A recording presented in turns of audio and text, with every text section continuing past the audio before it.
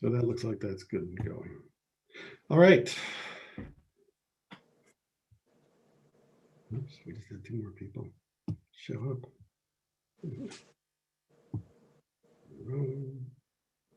And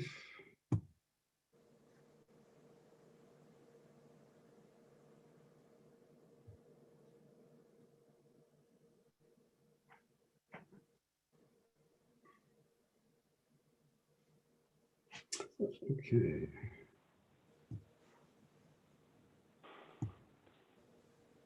So, Michael, do you want to start the process to sort of kick things off? Just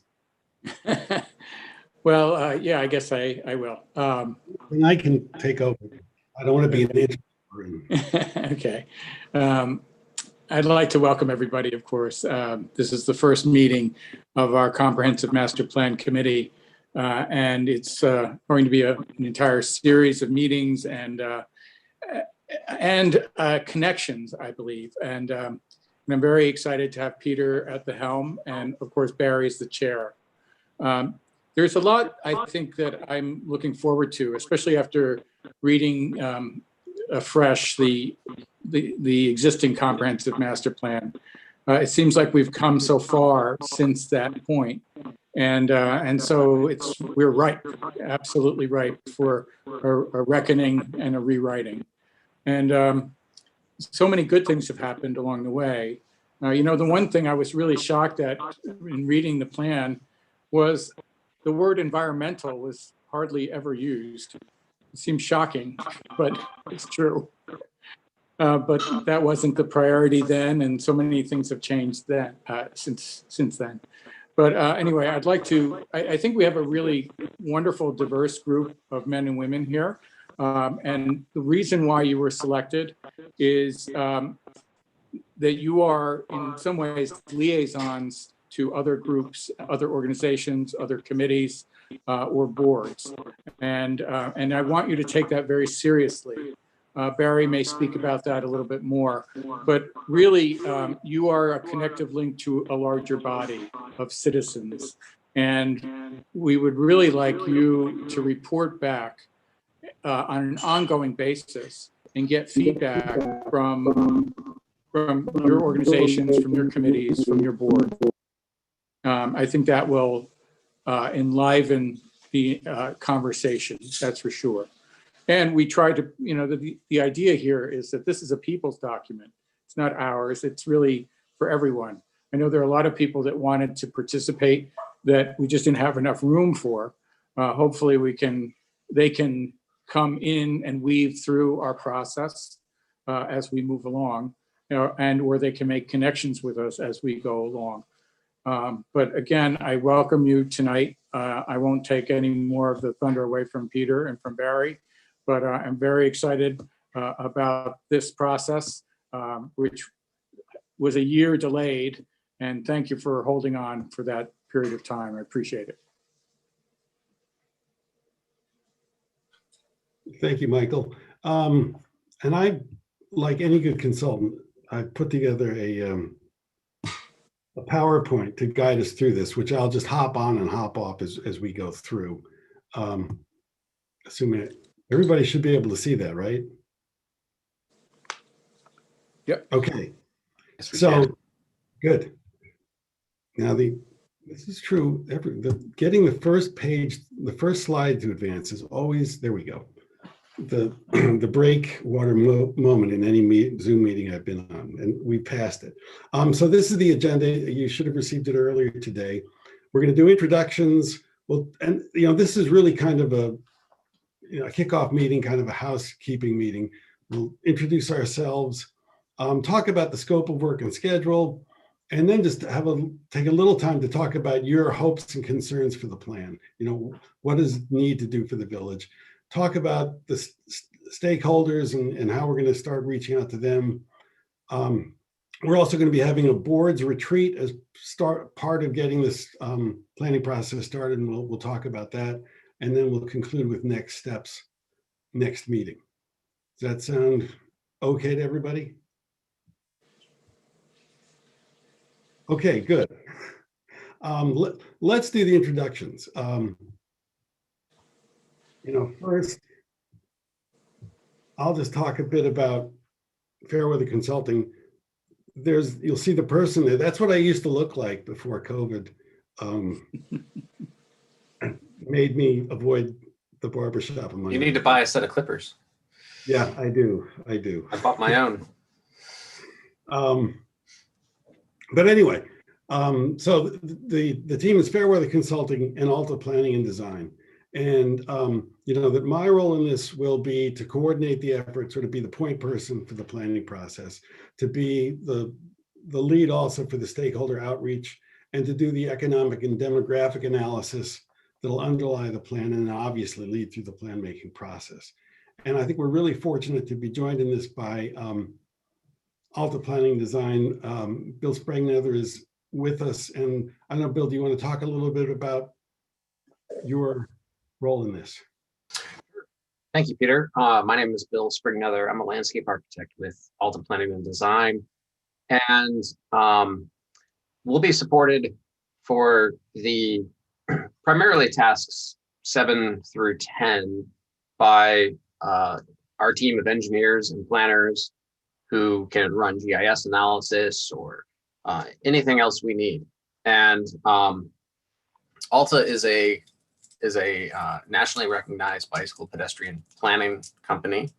That's all we do exclusively. We design and plan bicycle and pedestrian facilities, as well as work with communities on enhancing spaces for bicycles and pedestrians.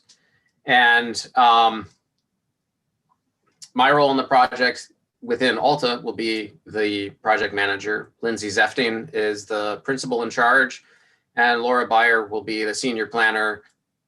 We'll be supported by several other kind of junior level planners and landscape architects who will produce some documents and do drawings and make things beautiful. And as Peter's presenting, if you have any questions for us, please just raise your hand and speak up. Try to make this conversational as possible. And thank you all again for this opportunity. I look forward to working with you.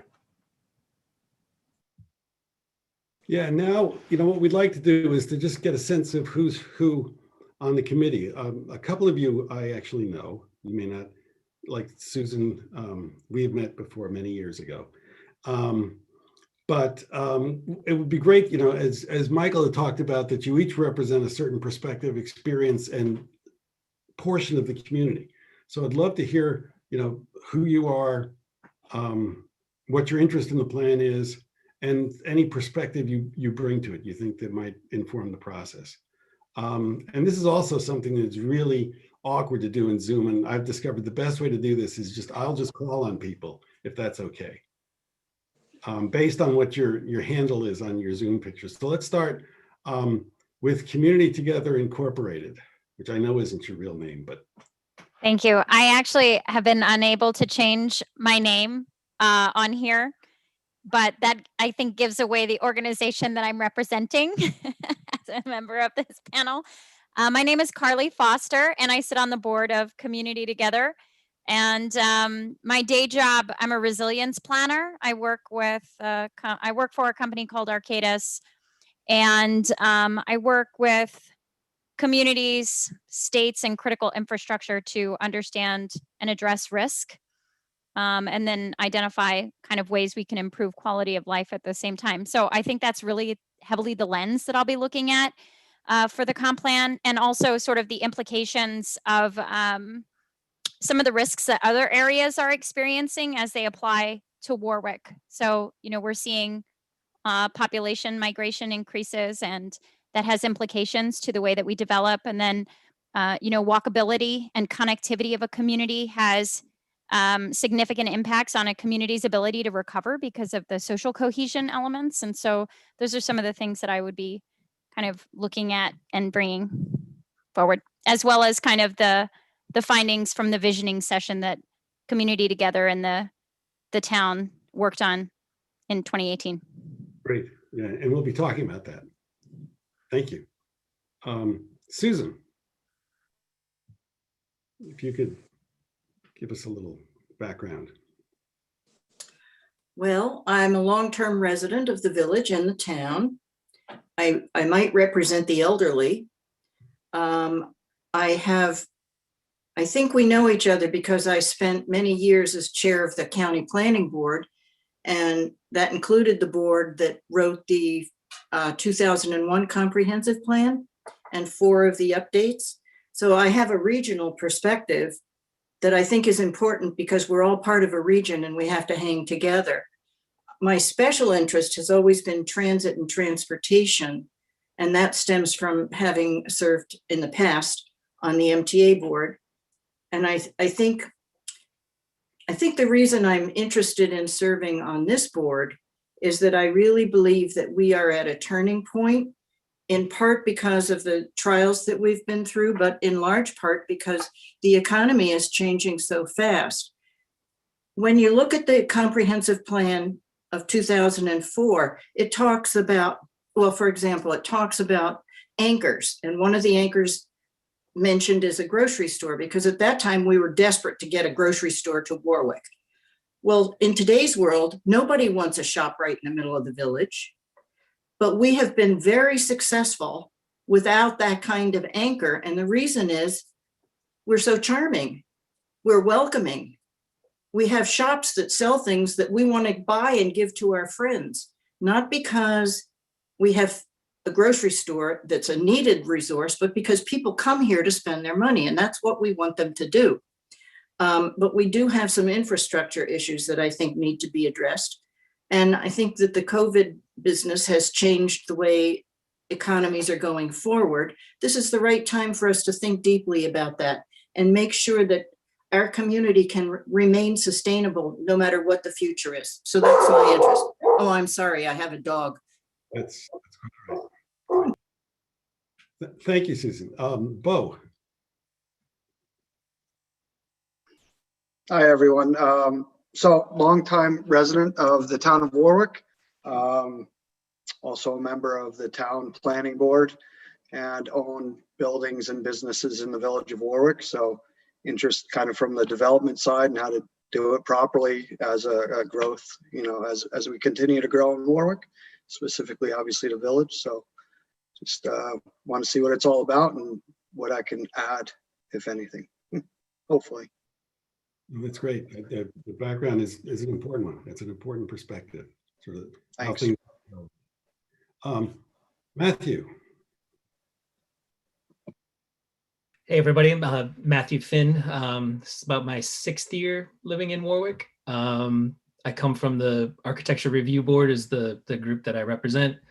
And also I have ties to Sustainable Warwick as well. I was a relatively active member for quite a few years since I've been here. So my day job is I'm an assistant professor of graphic design at William Patterson. So I kind of bring the creative art sense to the conversation, I guess.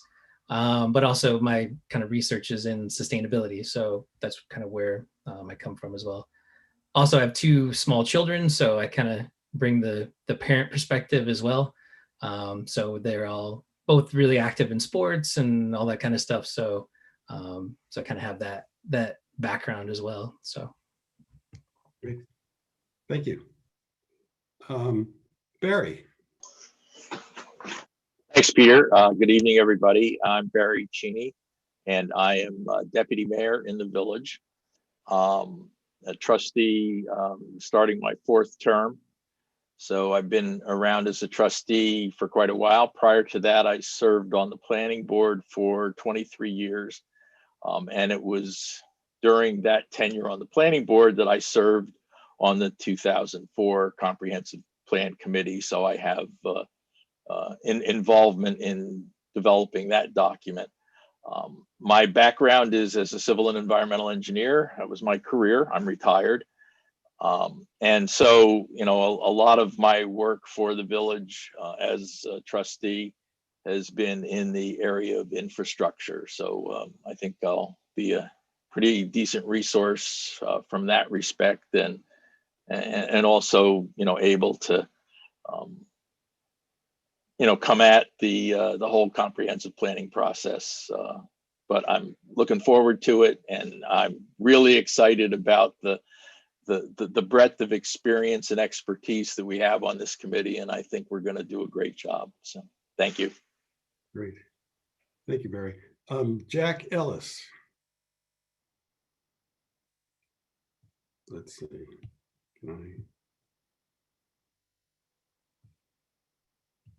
Jack Ellis. I think I'm on. Can you hear me? Yes. There's two Jacks. Is this Jack Ellis? Yes, that's me. Okay. Yeah. Go ahead. The connection is a little bockety, but let's. I tried to unmute, I guess. I'm not sure.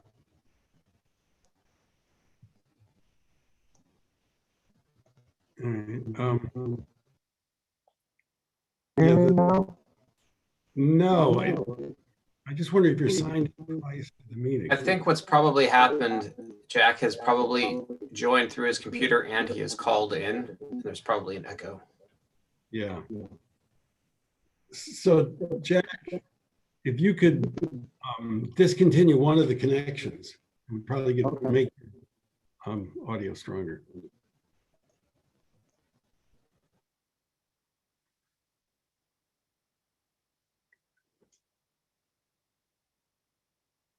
Hello? Okay. Meanwhile, we'll come back to Jack, then let's go to Scott. Good evening. I'm, I guess, officially representing the Zoning Board of Appeals. Joined that body last year, and having fun learning about village civics there. I'm a village resident since about '92. Which I think probably doesn't qualify for long-term resident, but it's longer than some. I've spent most of that time well, at this point, I'm trying to wind down my career as a computer systems engineer. I'm in data analysis, part of that field. So I hope maybe I can bring some analytical expertise if that turns out to be useful to this group, and insight as a village resident in terms of community and community service. I've been involved with the Boy Scout units, now the Scouts BSA units in Warwick for about 14 years or so. All right. Well, thank you, Scott. Let's try Tom, and then we'll go back to Jack and see if we can. Okay, good evening. I'm Tom McKnight. So I officially represent the Village Planning Board. I suppose you could call me part of New Warwick.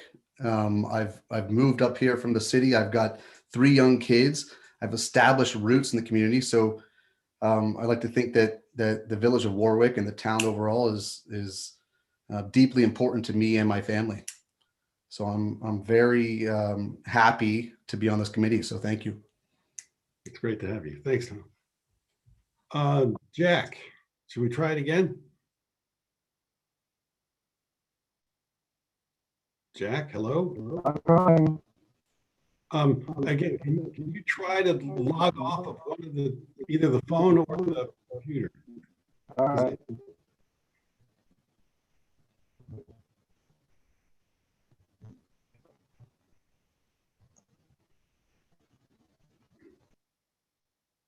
Okay, let's try that. So Jack, you're on. I hope.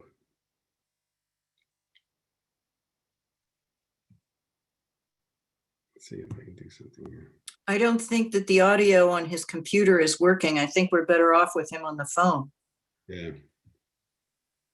Jack, if you could hear that, maybe you need to switch back to the phone and discontinue the computer. if you could do that. And then we'll give it another shot. Corinne? Good evening, everyone. Pardon my lack of face, but I am not home tonight. So Michael asked me to join the Comprehensive Master Plan as part of the Warwick Valley Chamber of Commerce. Background to me is I was born and raised here in Warwick. I plan to establish deep roots here and stay here for the foreseeable future. I definitely want to see Warwick thrive and survive and be the best it can be, as a merchant, as a business owner, as a resident, and as not a mom, but as just as a friend of everybody. I guess that's the words I'm looking for. Sorry. But yeah, I'm very excited to help with this project. Great. Thank you.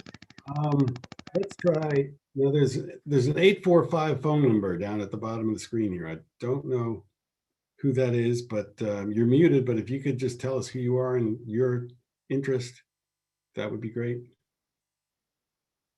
Again, it's 845 and the last three numbers are 405.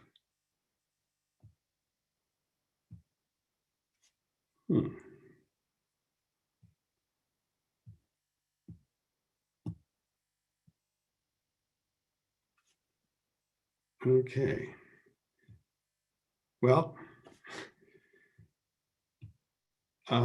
let's see. Jack, are you able to? Peter, the Yeah. 845 ending in 405 is Jack, Oh. All at right. least according to my phone sheet it is.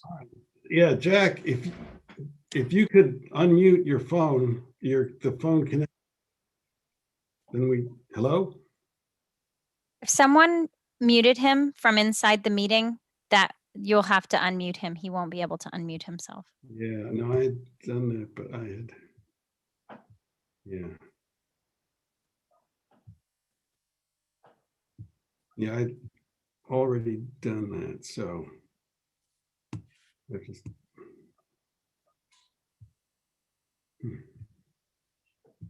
let's see what I can do here, if there's anything else. If I can find him here.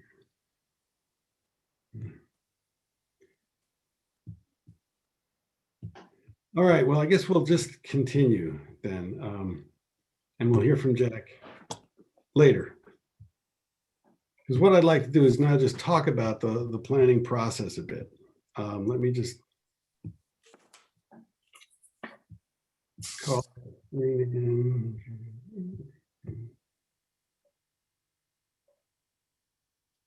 Wait a minute.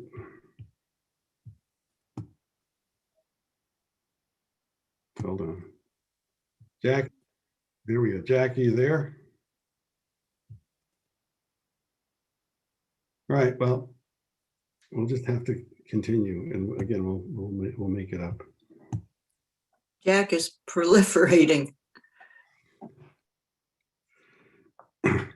Okay. So let's see if I can get this thing to move again.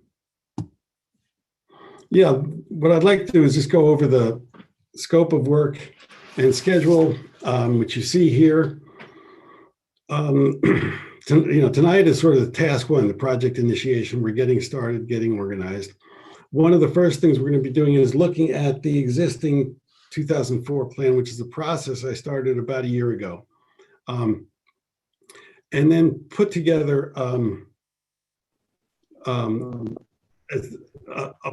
précis of what we've learned about the plan and how Warwick has changed since that time and how the world will respond to it.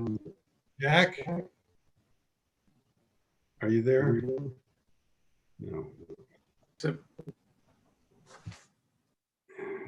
let's see if we can.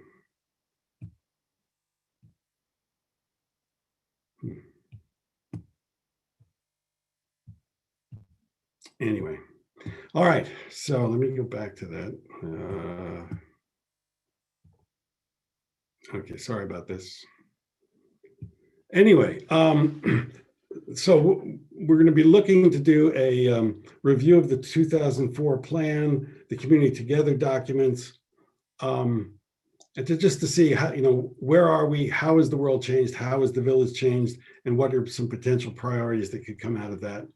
The next task would be a visioning session with the various boards, and we'll talk about the planning board, zoning board of appeals, architecture review, just to get some early input from the folks that are dealing directly with land use issues and development, to get their perspective about issues and opportunities that they see.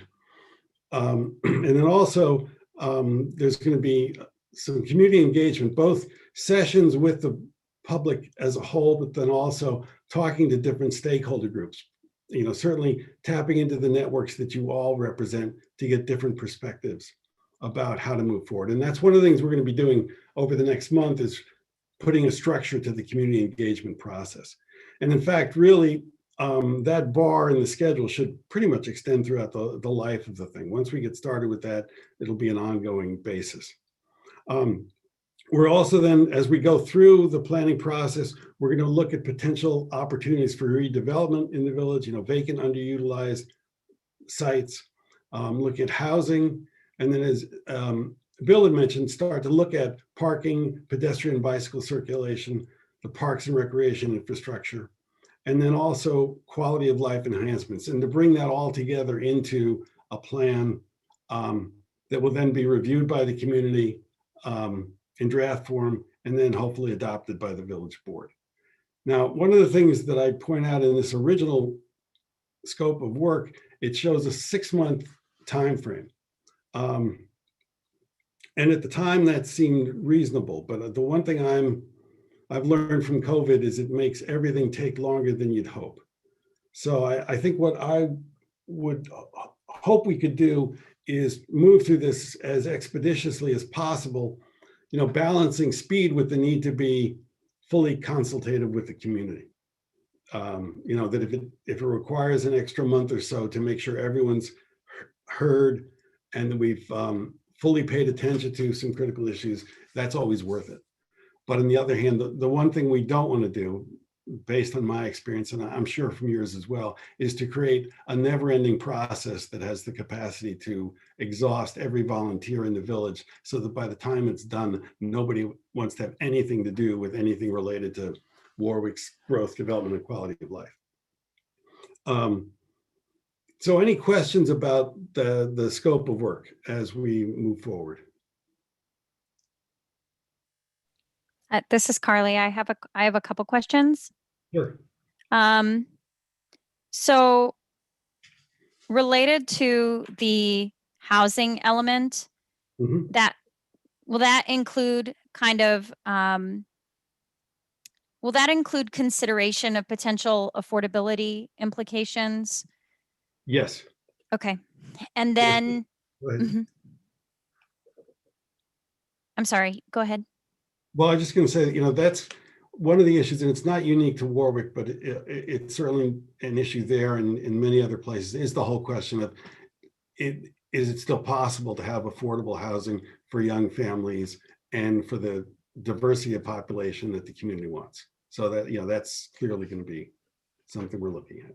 For task 7, parking demand is a potential outcome of that study that we perhaps don't need additional parking? Yeah. Or is the intent to look for opportunities? The for intent is to additional- look for opportunities to relieve parking congestion, if there is any, or to identify ways to provide additional parking if necessary. And sometimes that is through shared parking schemes, or it could be through even a local park and ride, where if there's a large lot just outside of the village, and if there's festivals or weekend traffic that comes in, there could be a shuttle system involved. It doesn't necessarily mean building new large lots. So there will be a host of potential creative options looked at. Will you be sharing your methodology that you're going to use to assess parking needs? Or how you'll determine?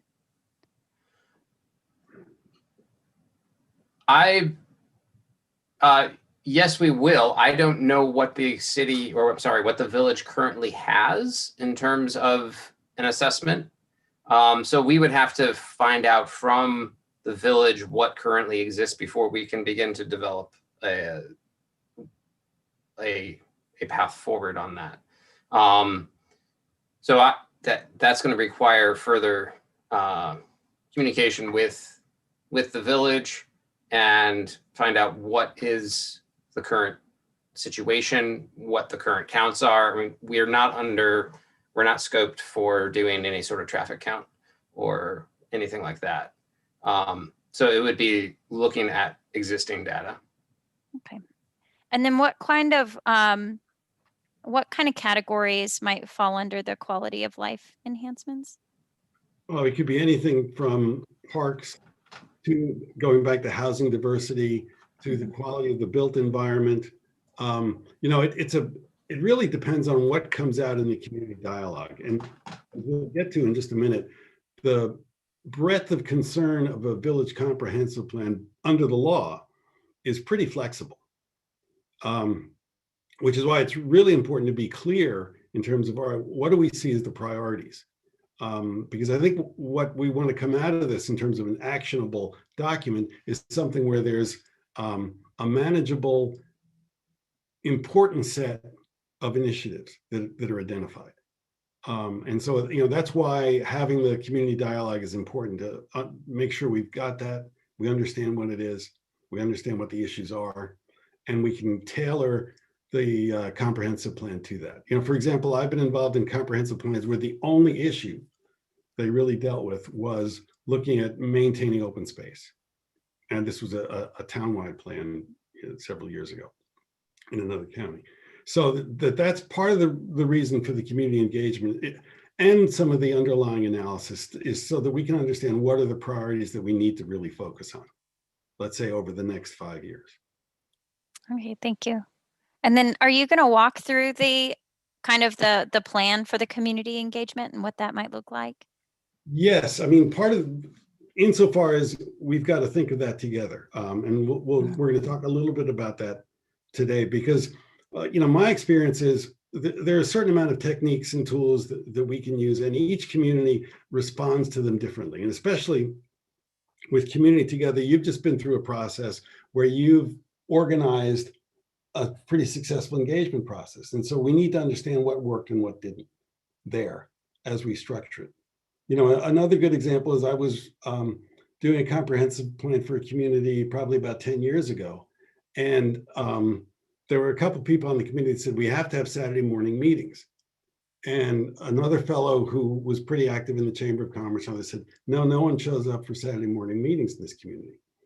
And lo and behold, a few months later, I was sitting in a firehouse on a rainy Saturday morning, just me and a committee member for for probably an hour, a little over an hour, waiting for people to show up. And they didn't, because people don't show up for Saturday meetings in that community.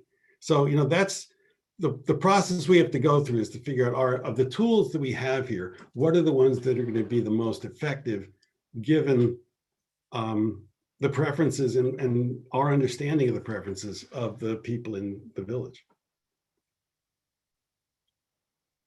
Thank you. Any other questions, comments? And feel free to, if something comes up, you think of something after we've gone on, you can certainly bring it up. And we can Peter, I had a question. It's Michael Newhart. Is there going to be somebody who kind of takes minutes or notes? And the other part of that is, I think that each one of us should have, a notebook. It could be a multi-chapter notebook, but as we go, it's kind of a journey. And so this would be a good way to kind of keep track of it individually, and also that we can share. So. What do people think about that? I think it's a great idea. I started one. Great. It's virtual though. It's not written. It's That's okay. might I'm see old me school. doing this. Well, because, the other thing we could do is to really use a chat or a blog for the committee, if people are comfortable with that. If not, notebooks are fine. And that would be a good way to, keep track of the thoughts and as things develop. I believe in notebooks. I've started one on this. Great, good, I have my notebook started. good.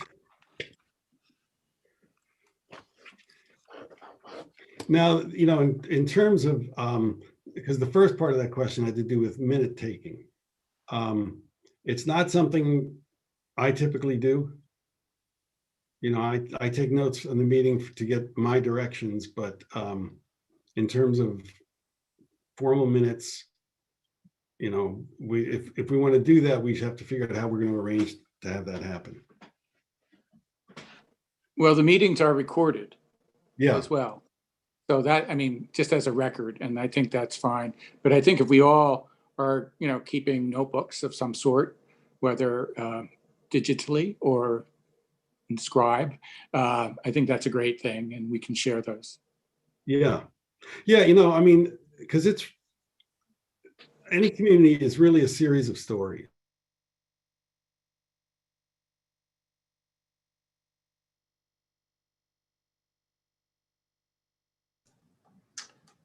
Peter, you are frozen.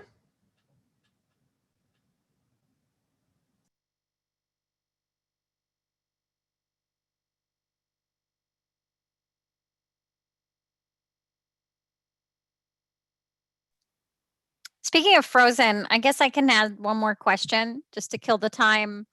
I'm curious. So one of the things that I'm noticing is not in these tasks is integration or consideration of potential hazards or risks in the community. And so I was just wondering about that.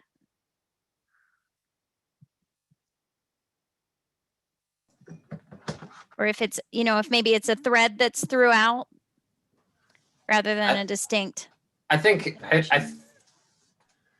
I think we've lost Peter. yeah, we have lost Peter. As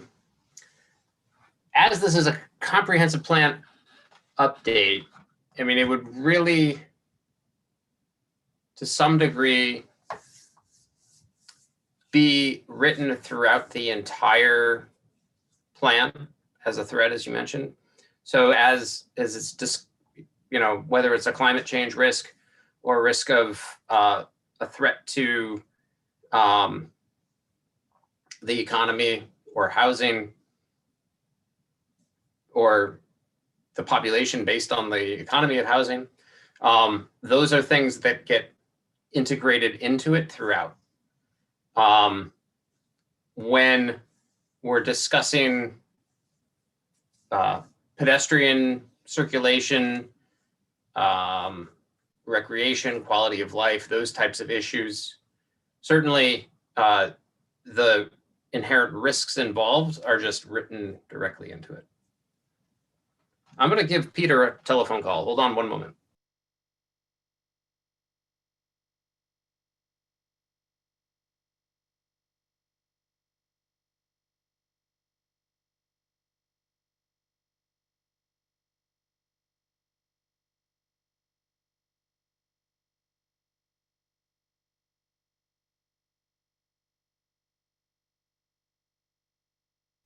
Hello, everybody.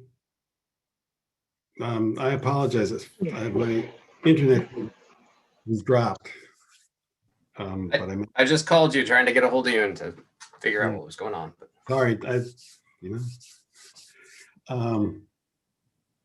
yeah, it wasn't the tech, it was the cable itself, the broadband that quit on me, but I'm back. So while you slipped away for a moment, the question was asked how risks and risk assessment will be integrated into the project. Oh, that's it. And I'll tell you what I gave as my answer. Sure. being that this is a comprehensive plan update, the discussion of risk would be integrated into the sections of the plan that are being discussed. For instance, if it's a climate change risk, it could be involved, you could discuss it in environmental, or you could discuss climate change risks in energy.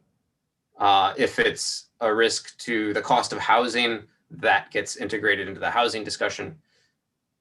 And that's kind of where I left it. All right, I'll take that. I think that works. Because the other thing to keep in mind about the comprehensive plan is it's planning, not legislation. That what we're trying to do, and this was where I was just getting to in the PowerPoint, which we'll either resume or not, is that this is the document. This is a public document where the community sets its purposes. And in a sense, it provides a template then for evaluating specific actions. Like, for example, if affordable housing or a diverse range of prices in housing turns out to be a priority in the plan, then it's possible that the zoning could be altered to provide even greater incentives for a range of housing prices. And if that wasn't expressed in the comprehensive plan, that particular law could be challenged as arbitrary and capricious. Oh, somebody just wants to do that, so we're just following this one person's will. Where if it's recorded in the comprehensive plan, that becomes the justification. There's been this public process where the community came together and officially adopted essentially a set of policy positions, which then gives, it sort of empowers the community then to, so there are ways in which in many cases, the plan doesn't necessarily have to go into a great deal of technical detail about issues, and again, that sort of depends upon community preferences. But, the more important thing is to set out a clear set of directions about what are we going to do? How are we going to approach this issue? So any questions about that?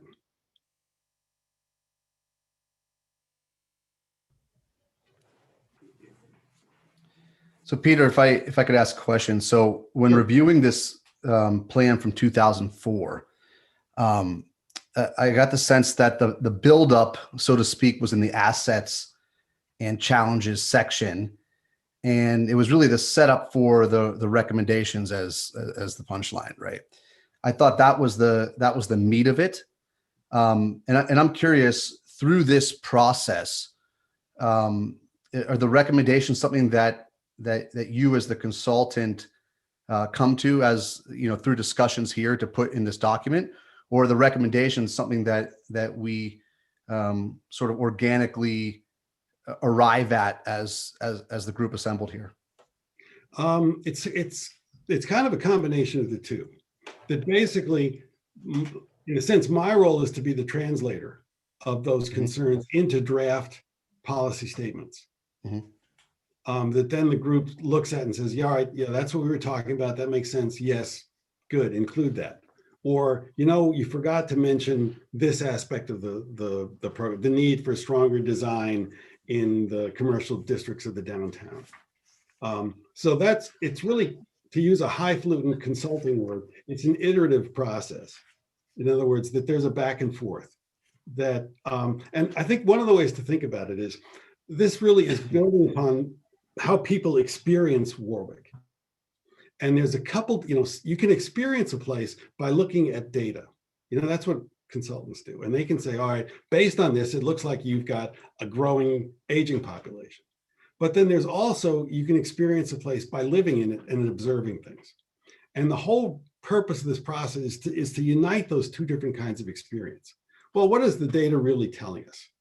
And, is it accurate? Is it, is there some sampling problem that we know is not true based upon the reality the community faces every day? So it's an ongoing discussion. I think that all the more reason to keep your notebooks, because it's a weird combination of kind of technical questions driven by community values.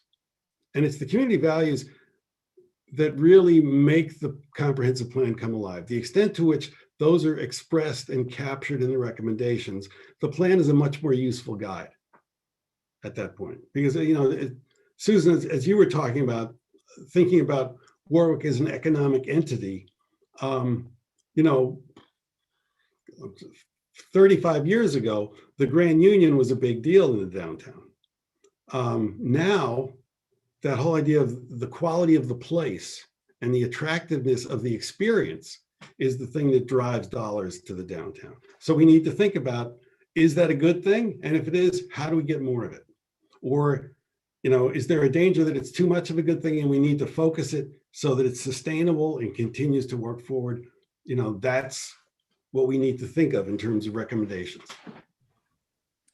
Thank you. And Peter, I do have one more question. Sure. Yeah, and then I'll let you carry on with the process. As we go through this, I'd be curious to hear from your experience about what's worked for other communities that may share similar characteristics as the village of Warwick. And I particularly noted a lot of language in the 2004 plan about the connectivity with the town and some of the other neighboring villages.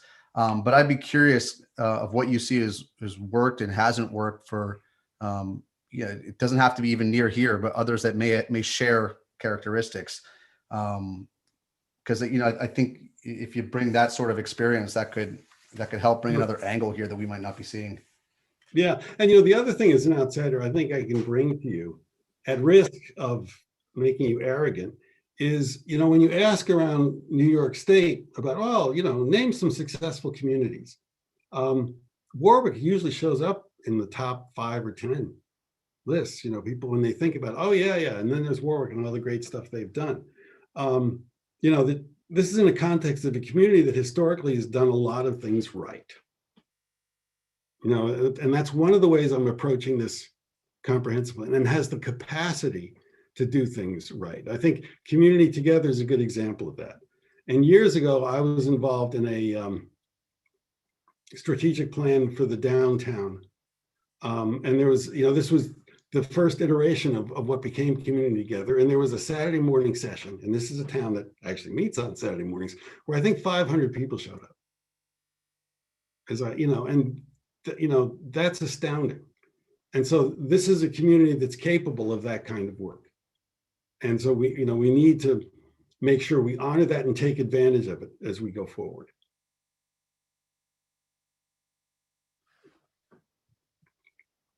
Any other comments or questions? Because we're at the point now where I'd like to talk a bit about sort of the whole community outreach process. Because, you know, this, for example, just quickly, this is the official definition of a village comprehensive plan in New York state law, which is obviously, I won't even read it, it's written by a committee. And it sort of says a comprehensive plan should have a bunch of stuff in it. And it should address the immediate and long-range protection, enhancement, growth, and development of the village, whatever that means for the community. And then the other, you know, continuing that village law, if I can get this thing to advance again, here's the content of a village comprehensive plan. It's got a few items that you might want to consider including. And when you read through this list, it opens itself up to almost everything. I don't think you can include like the works of Shakespeare as part of a village comprehensive plan, but close. And I think, again, what we need to think about is, what are the issues that we need to pay the most attention to that are most important for the long-term future of the village? And how do we address those? To me, that's a successful planning process. And it sort of goes against the notion of comprehensive in some ways, that we need to be comprehensive in this plan in terms of how we think. But in terms of the recommendations, it might make sense to be strategic, to say, all right, what's the most important stuff that we can get, that we can address most effectively to keep the village strong and to keep it growing and prospering. And we've started the discussion already, because I was going to ask you about what this plan needs to do for the village. And again, this is something we've already started the discussion. Any other people have any other thoughts about this? I've just thrown up some things that came actually from our initial presentation about, engage the community, focus on quality of life, community vitality, set priorities, make sure we take action, other priorities. We talked about housing affordability. We've talked about risk management as being an element. Are there other things when you think about the future of the village, the thing that most gives you greatest cause for concern or greatest hope for the future is fill in the blank? Sustainability. I want to be sure that our sustainability, this quality of life, is sustainable going forward. And that has to do with many of the elements that we're going to be discussing. Yeah, I don't want. Go ahead. I have grandkids here. I hope to have great grandkids. So it's sustainable in the broadest sense of the word, environmentally, economically. Is that correct? Yes, I have confidence that we can properly work towards environmental sustainability. I think it'll be difficult, but I think it's doable. I think the economy is in such a state of flux, it's going to be a more difficult nut. Mm-hmm. Mm-hmm. Okay. Yeah, it's interesting. There's a way in which I think there's some real opportunities economically for Warwick, especially coming out of the pandemic. There's going to be pent-up demand for the kinds of experiences that Warwick offers and for the kind of lifestyle that it provides its residents. If you just look at what's happening in terms of COVID and how it's affecting people. The flip side of that is a lot of the businesses, and Susan, I think you mentioned this early on, a lot of the businesses that have contributed to the vitality of the community, retail, certain services, are figuring out the business model they need to move forward in the future is going to be a bit of a challenge. Exactly my concern. I have no doubt that we're going to come out of this looking good.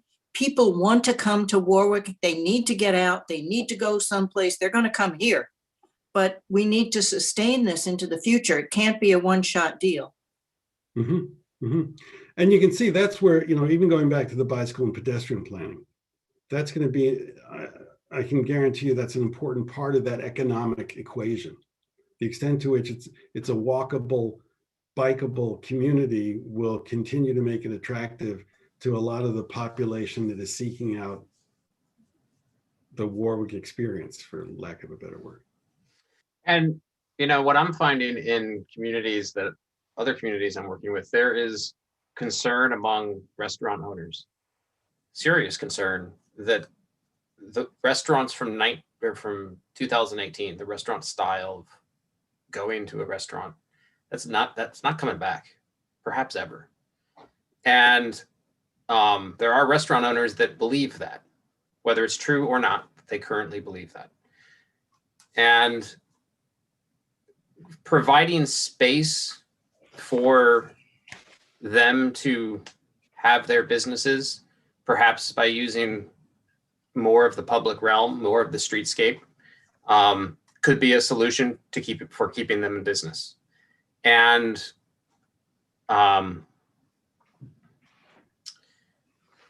there are other conflicts with that too. You have, if takeout and curbside pickup continue to be a norm, the space that those features take up needs to be accommodated for in order to keep these restaurants in business. So there's a lot of things that start to come into play, and those all have to be looked at in a critical way. Yeah. A good example is a lot of the economic development work I've been doing over the last couple of years, the last year, has really been looking at, all right, what's going on in terms of COVID and its impact. And in a lot of ways, it's really just accelerated things that were already happening in terms of retail, in terms of the use of office space and those kinds of things. And what we need to do is to say, all right, how can we capture some of those opportunities in the physical space that is the village of Warwick? You know, that the reuse of office space, the rise of remote work, the combination of retail, hospitality, and food service in one enterprise. You know, one of the in a weird sort of way, one of the models or prototypes for this that's on a large scale, but it could exist on a smaller scale, is IKEA. You know, IKEA is a store, but it's also kind of a restaurant. And, you know, there's more and more thinking that what's going to be happening in the retail spaces in the US is a mixing of uses. And like Bill was talking about, making sure to use the outside space more effectively. It also we may be looking at, do we have our uses defined properly? And are we allowing the kinds of mixes of use that will keep a place, a building, and an enterprise sustainable in the future? And that's, you know, we're just at the beginning of this process, but I think those are some of the things we're gonna talk about. Any other thoughts about hopes, concerns, potential priorities for the planning process? You know, this is early, but still, this is a good discussion. Peter, I just want to chime in to what you just said, and it's really how we use a village. It's very interesting. It's always been interesting to me because it's such a social place. It's such a place where people meet and people do business. There's so much activity. It's a stage set, and our parks and our business district and our neighborhoods are all kind of, you know, interweaving with each other. And I find that fascinating. And in my mind, how we design for the future is to make these places as flexible as possible. Make, you know, what could be a parking lot, as we now have, from a parking lot to a farmer's market, from a farmer's market to a, you know, something else, you know, that would come after that. Any number of things, you know, or a festival site, or a stage set, or any of these things that can happen in an instant. And it's something that we've begun to recognize even as we develop the areas that the village owns, whether it's parks or municipal parking lots, that we have to electrify them and make them as flex space possible as we can. So it's just, I'm glad to hear what you're saying. Yeah, you know, one of the ways to think about that, because this is on the private side, but it's just as true on the public side, is, I don't know if you remember 10 years ago, there used to be a time when everybody would buy software on CDs or little floppy disks, and it was a product. And then it became software as a service. You know, you get it from the cloud and you pick and choose the different components you want. There are people making the case now that that's what's happening with space. It used to be, it was the discrete thing you owned, and you owned this building. If you're a business, for example. But now we're moving to space as a service, where I've got a business and I want to use that space for 3 days this week. And then next week, there's a space over here that is much better for what my people are doing. So I'd like to use that for the next 2 months.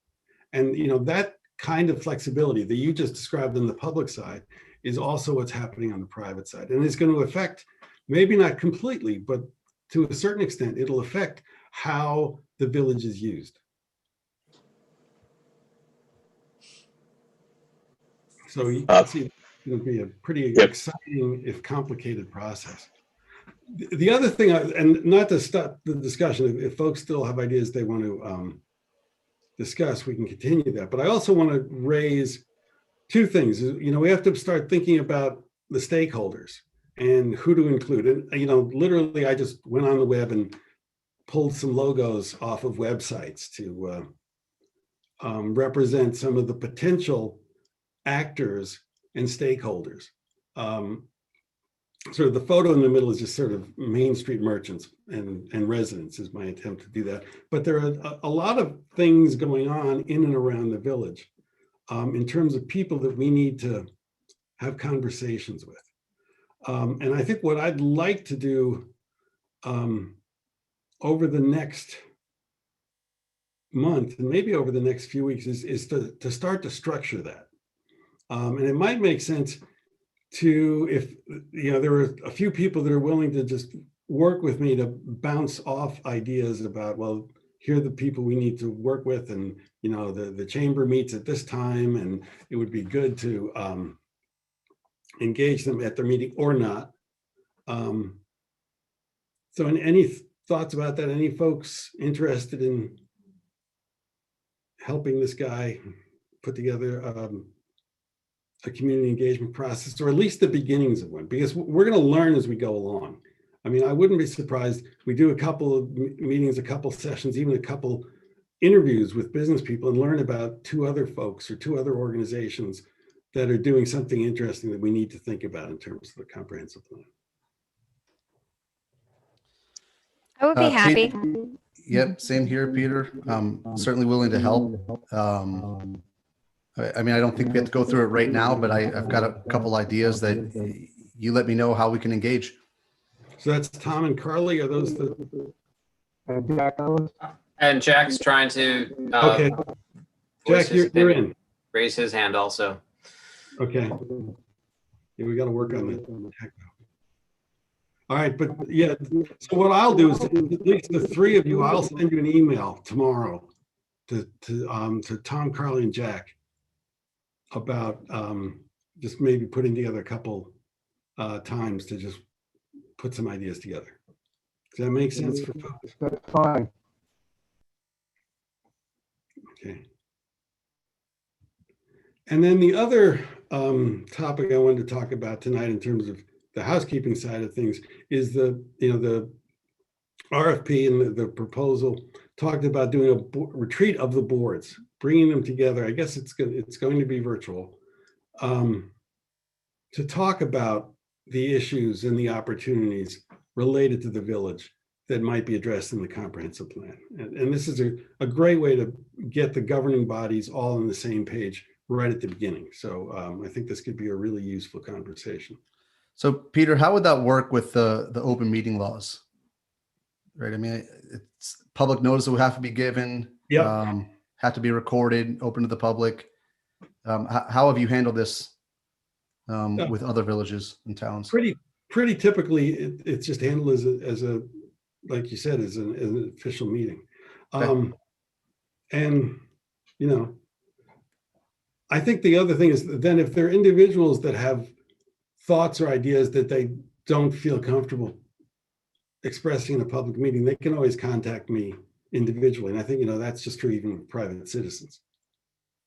But I think it's all, it's a really good exercise to bring the folks together in a public setting to talk about what their experience has been. For example, it could be, one of the discussions could be the kinds of variances the Zoning Board of Appeals is seeing in a particular area that suggests there might be a problem in zoning for that particular kind of use in that part of town. Or the kinds of issues that the Board of Trustees is dealing with on a regular basis related to maybe infrastructure problems in another part of the town. Any other thoughts about that idea of the retreat? Because I will work with, Michael, representing the Board of Trustees and the members of the committee on the different boards. We can start thinking about a time that would work best for them, given each of their schedules. I suppose, just a question, they all meet on different nights of the week, is that correct? Anybody know offhand? The ZBA and the village board meet on Mondays. Oh. Planning board, is it Tuesday Tuesdays. now, or is it Thursday? That's It's flipped. Tuesdays. Tuesday, right? The week before. Right. And then Architectural and Historic Review Board, I think they just generally get together as needed. I don't know that they have a specific time. Okay. ZBA's gone to Tuesdays. Okay, but, that's right. I'm sorry. We coincided because last week village board met on a Tuesday, so. What about the idea, he says hesitantly, of a Saturday morning session with the boards? I can see that's made a big impression. Just because Is this committee invited, or is this committee invited to that, or no?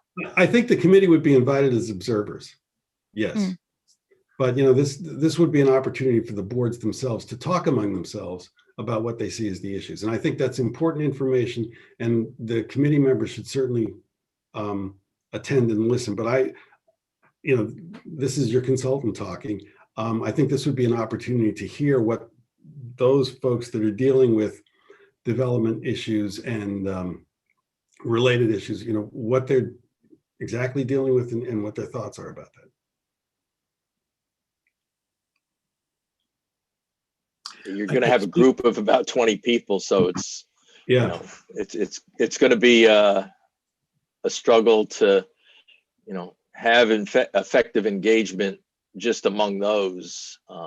So I think your point of having committee members certainly there to listen will be very important. But adding more voices is going to make a difficult situation more difficult. Yeah. But what we can do is, we might even put together some themes to be addressed during the meeting, and folks can enter the discussion room for that theme, and we could do it that way if we need to break out the group a little bit. But that's the other thing that we need to get some start thinking about dates and how we're going to handle it technologically and those sorts of things.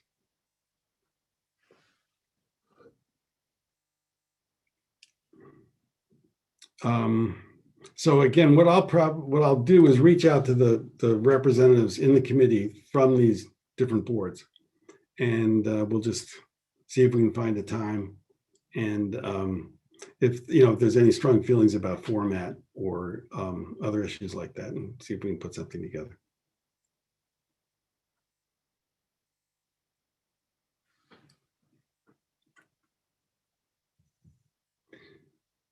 Okay, so next steps. One of the things that I'm going to be doing is putting together a summary of the previous plans. I think you should, again, I would encourage you all to do that. It sounds like some of you have already. Just review it, impressions, things again that might be worth moving forward, continuing forward in the next plan, or things that were successfully dealt with or never really addressed. We're going to go look to identify the key stakeholders and put together the outreach plan, put together the board retreat. And I'm wondering, initially, we had talked about in the initial schedule, there was talk about having the next meeting in probably 6 to 8 weeks. And I'm just wondering if we could meet in a month, just to sort of move things along and start to build a little momentum. Because I think the faster we can do this, the better, understanding that we're not going to do this very fast, given the nature of the COVID world we're living in. But if we can give ourselves deadlines and keep pushing, I think we'll end up with a process that will be as rich as it needs to be, but won't exhaust everybody at the same time. So what do people think about meeting? I put down March 22nd at 7 p.m., basically in a month. So I'll start, Peter. For me, that works great. And I did have an ask. Do you happen to have the build out analysis from 2001? I believe it was part of the town, but I haven't been able to find that document in terms of reviewing prior plans. Yeah. I'll look. I'm not sure that I do, because it is 20 years ago. Yeah. Right. Peter, I was going to suggest let us look at Village Hall and see if we can't find it and get it scanned and distributed. And the other thing is, a lot of that is because it's 20 years old. I'm sure a lot of the assumptions aren't going to hold. I had a question about that, Peter. Sure. Are we going to have updated maps of some of these statistics and updated demography? Yes, yes. I mean, that's part of the update is to make sure that we're planning for the most recent information. So it'll include, you know, the basic coverages like land use, environmental constraint, floodplains, those standard Zoning sort of build things. out, and hopefully be in a nice format that is easier to see than what we have at present. Yes, that's one of the nice things about waiting 15 years to update your plans. The technology gets a lot better and it's a lot easier to do legible graphics. So yes. March 22nd is fine for me. Are you planning on having the boards meet as a group before that or after that? I think after that. Okay.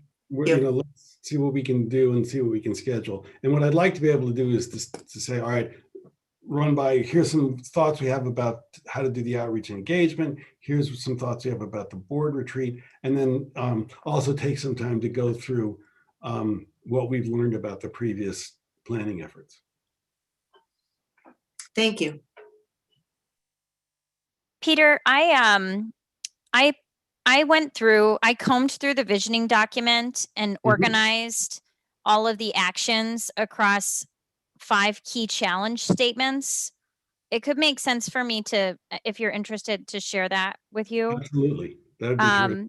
And I had identified some next step engagement exercises to kind of further deepen those. So you may or may not feel like using those, but it could just be an FYI.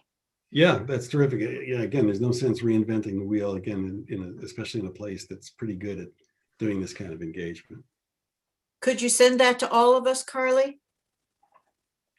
I'll check. Let me check in with. I'll check with Community Together just to make sure that that's okay. But yeah, no problem.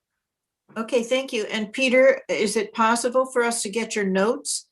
It will look lovely in my notebook.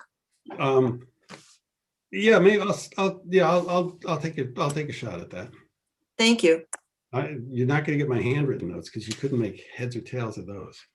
But Well, just it's just fine. Yeah. Okay. Let me get back to seeing you all. So, any other thoughts, questions, comments, reactions? Peter, just if you could also send your slides. Yep. Slide presentation. I think, you know, one of those slides that had the village law section 7-722 on comprehensive plan. I think that detail would be good for everybody to look at, and also I mean, it is accessible online, but it'd probably be easier to have that slide. Yeah, sure. As well as the others. Thank you. Okay. So I think we're off and running. We've been revving up for a year now, so it's a good feeling to that we're getting started. So we'll look to meet again in March. As what I will do is prior to that meeting, the week prior, I'll send an agenda, and if I have any materials ready for review, you'll get those as well. So that being said, March 22nd is good for me. It is good.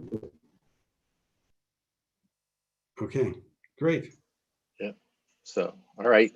I guess we're pretty much done. Thank you, everybody. I think we're off to a really good, fast start, and we'll just keep it moving forward. A lot of good ideas and good input. So thank everybody very much for your participation. Great, Michael, anything to add? You're muted.